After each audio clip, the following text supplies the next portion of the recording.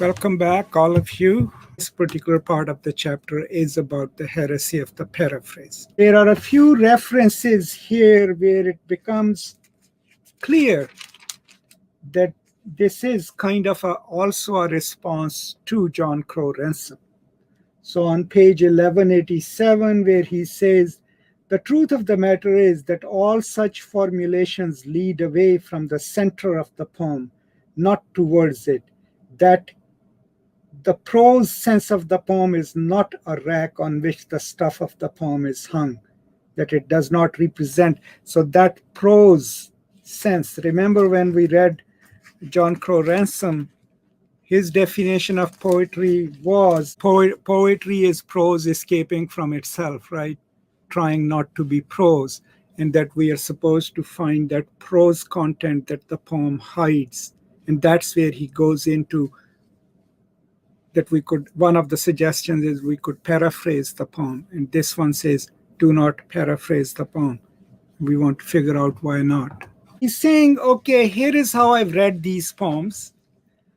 And this is what I have not done. But what he says, what is it to be poetic, right? First is like, okay, I read all these poems, but what is my understanding of what is to be poetic? The content of the poem is various, and if we attempt to find one quality of content which is shared by all the poems, a poetic subject matter or diction or imagery, we shall find that we have merely confused the issue, right?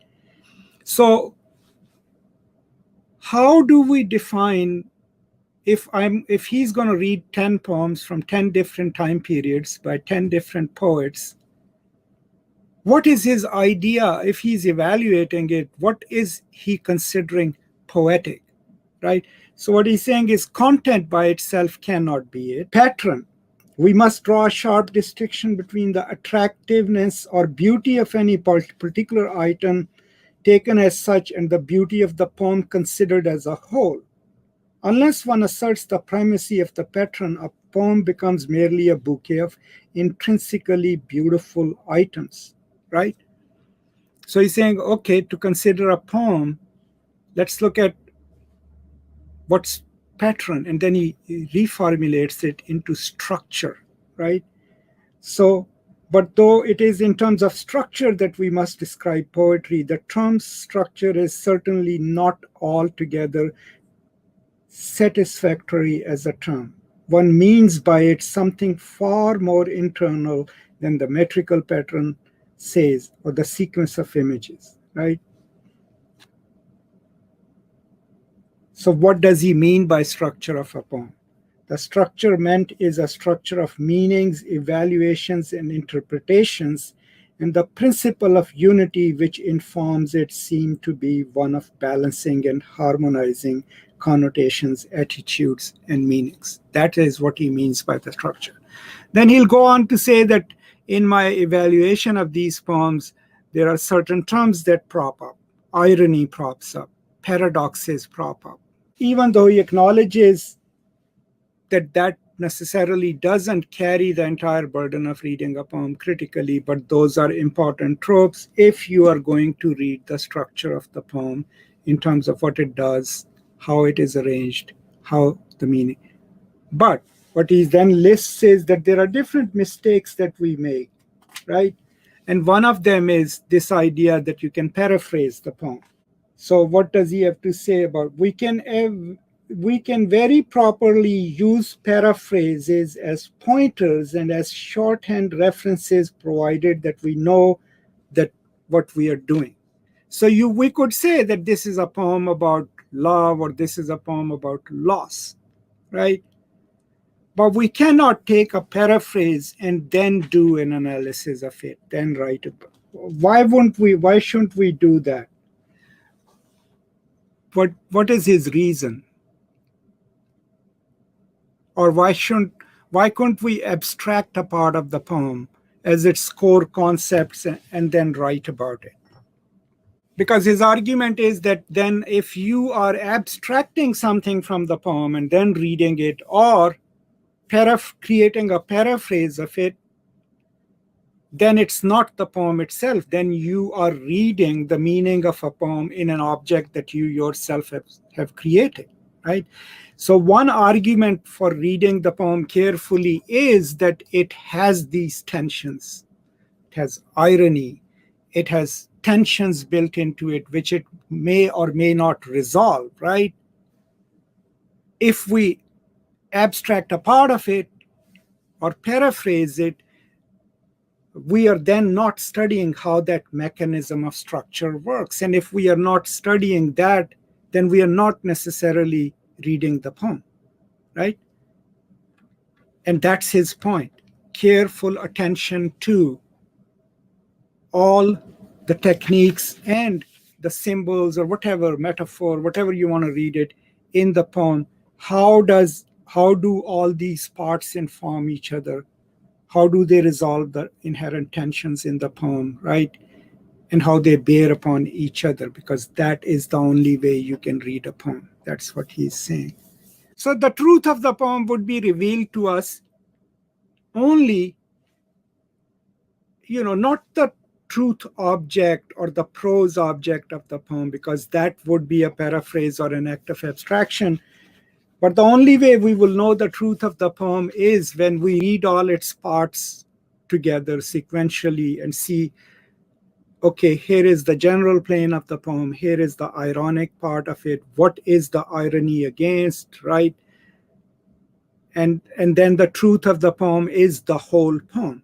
I mean, the example that he uses is truth is beauty, beauty, truth. We can just pick that up as the message of the poem and debate it. Or we read whatever preceded it and whatever comes after it, and only then we will know what that means within the context of the poem itself, right? We are not going. So another thing that he also is talking about is the paraphrase, by saying that this is the paraphrase of the poem, this is what the poem, what he says is, well, if the poet wanted it, he would have put it in the poem, right? It's not in the poem, right? So then read the poem carefully.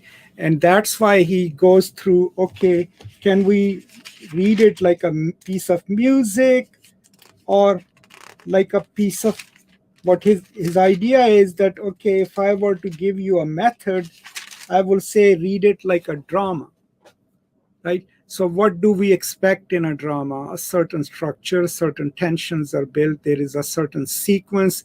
There is no way I can say that I can take 2 or 3 parts of a play or a drama and then abstract meanings from that, right? All of the action of the drama, we must watch all of that and then have an opinion about it. Similarly, a poem has its own moving parts that are connected to the whole, and the only way to read it would be to read the actual poem. And then what he's saying is, in these 10 poems that I've just read, that is what I've read. What are the common themes in the poem? What are the common tensions? And that's what Eagleton also makes fun of, is because you can pick up poems from 10 different centuries and perform the same reading of them, right? The reading will still draw the same conclusions because you are just looking at each poem and how each part works and how the tensions are resolved. Within the body of the poem, what mechanism is used to create her space, even if it's called a mock epic? What conventions does it follow? How does she become this figure?